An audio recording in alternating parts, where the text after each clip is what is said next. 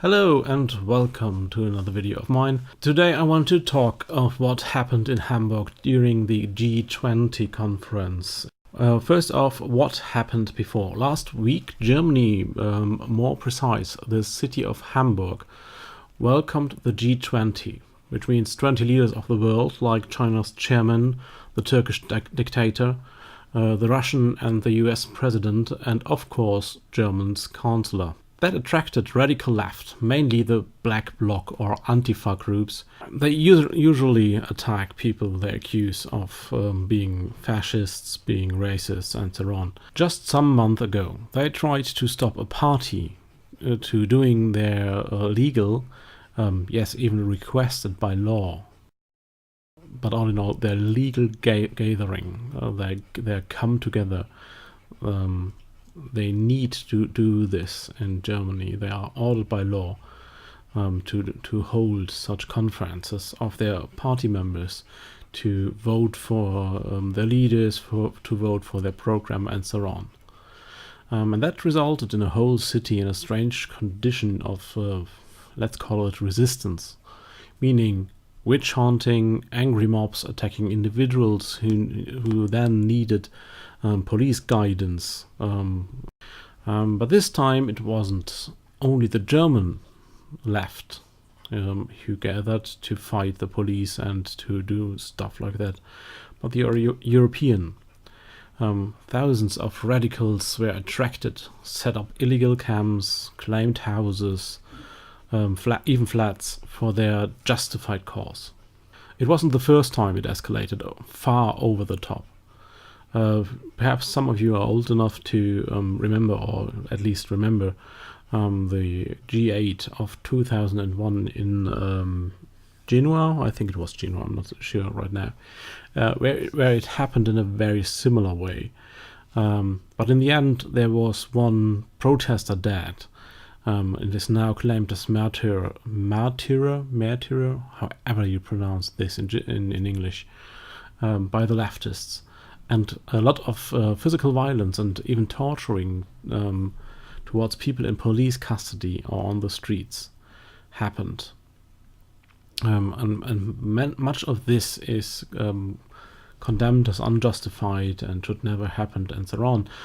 But on the other side, if you go for the video material of this time, it looks quite the same. The protester came up guarded with helms. You can listen to clips like this.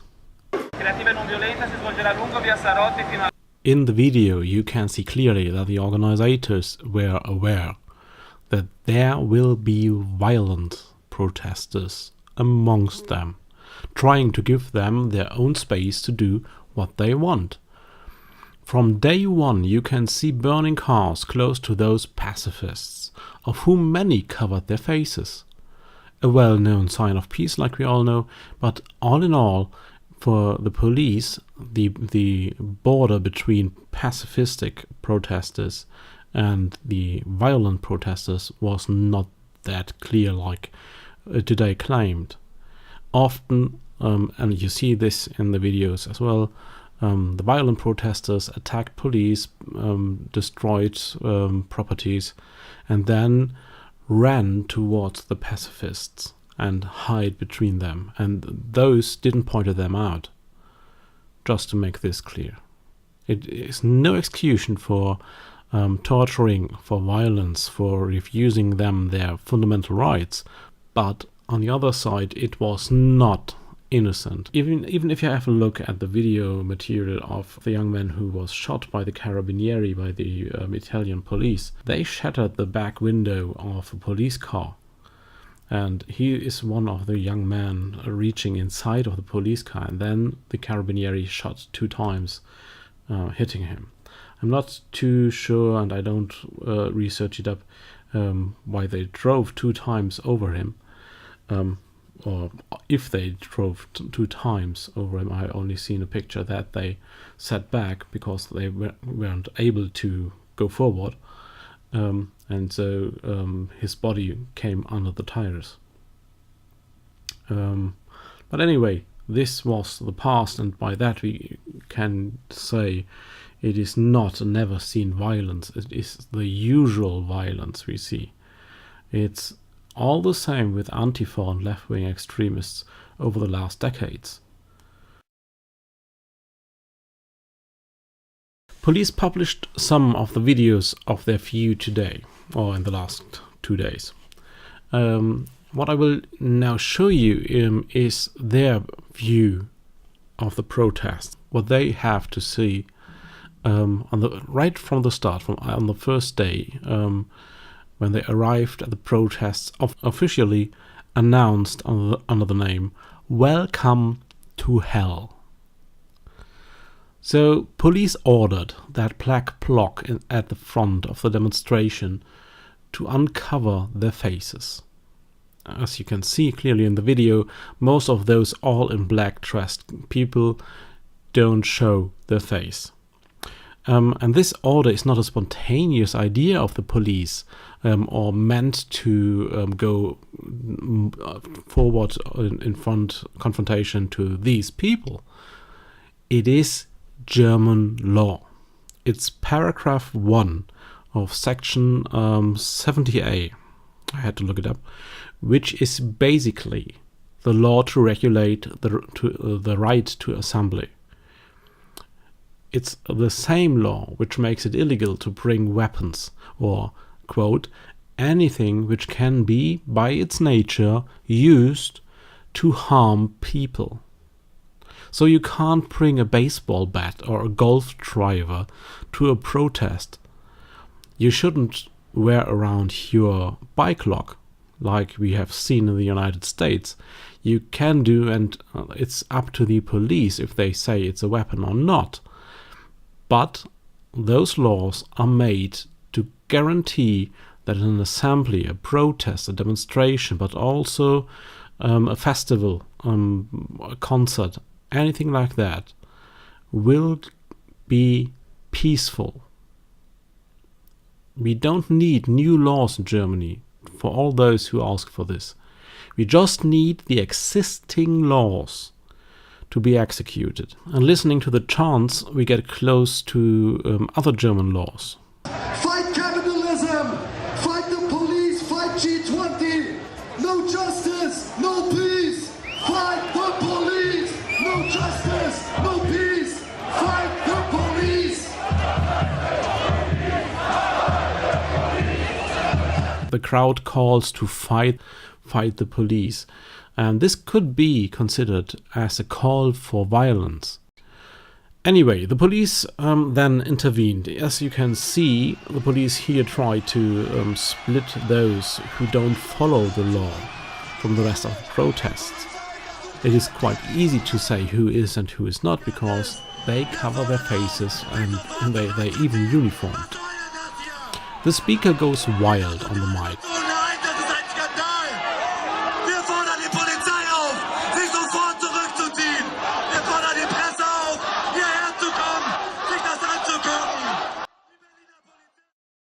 The crowd around the scene takes the side of the black bloc, and the officers have to secure themselves to all sides, which let them, of course, call for reinforcements, because this number of officers can't handle all of these people, especially not when they are already right in the middle of them, having some above them.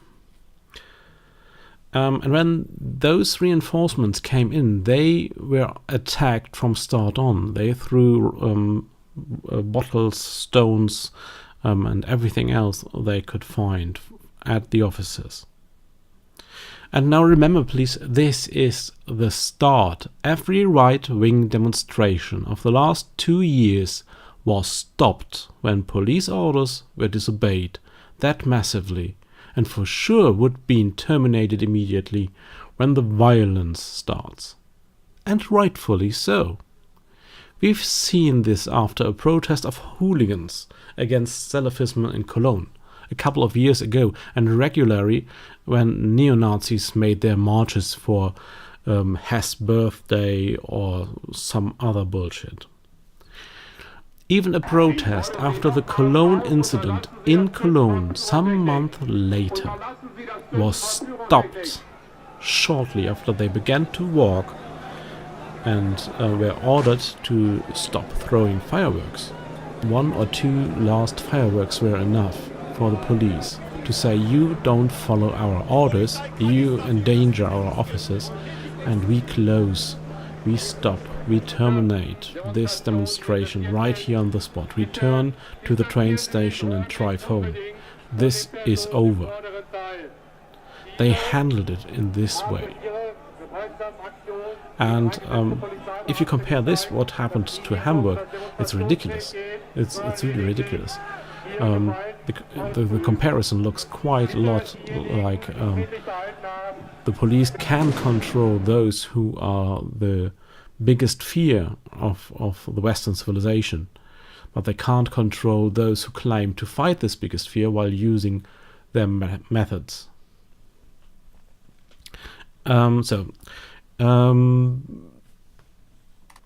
After they shut down the protest in Cologne, there was no looting, there was no street fights, there was no burning car, not one. The people were angry, they started to chant, but they followed unwilling, but they followed the orders. They left. I really suffer from this, because the one is the big enemy, also taught to me in many years. The right-wingers, even some right-wing extremists, and they were at Cologne. You can go for the film material and watch this, and you will see their flags and all this. But those obey the law. Those who didn't obey the law wounded a lot of officers.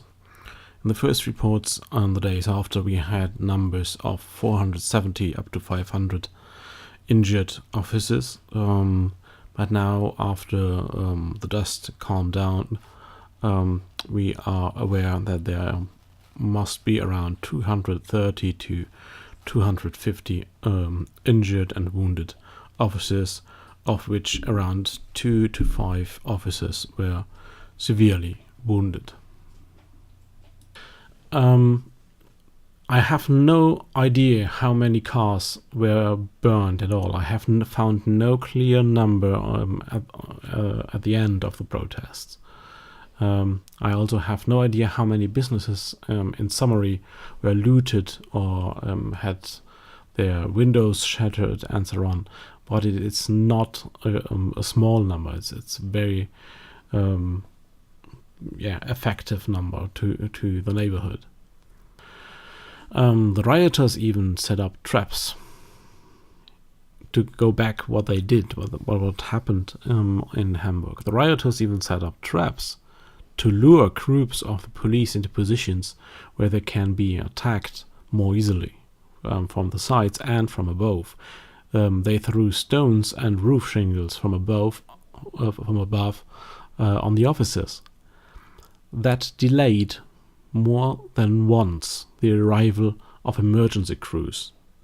If I remember right, it was Tim Pool who reported this, or somebody else. I'm not too sure about this. That some journalists made a call to the police, and the police answered them, thank you very much for informing us. And when they were criticized for that, they answered that they just could not send earlier police. They were aware of the situation, but they couldn't send in police because of those ambushes on the roofs. And speaking of Tim Pool, Lawrence Southern and Tim Pool, one open right-wing journalist, activist mix, the other a liberal journalist, trying to report as neutral as possible and describing himself as mixed race, and another journalist, I think his name was Max, were identified as identitarians. Speak this sentence 10 times, which is identical with fascists, to Antifa at least. They opened even a news feed where those Antifa people communicated about where to find those journalists. And a crowd gathered around them, following them wherever they go. And I'm pretty sure this was intimidating. They managed to escape, but shortly after this incident, three other journalists affiliated to Lone Southern, just by seeing with her or next to her, around her, were attacked.